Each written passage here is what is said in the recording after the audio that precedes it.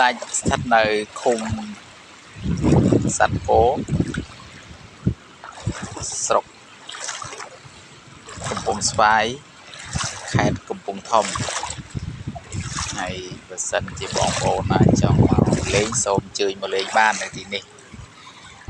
រឿងល្អិលបន្តិចតែយើងដើរដោយប្រយ័ត្នទៅមានគេមកលេងច្រើនហើយ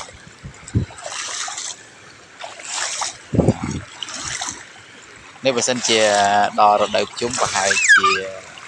មានភ្ញៀវទេសចរច្រើនគឺមានគេបានមកចុកច្រើនទីនេះក៏មាន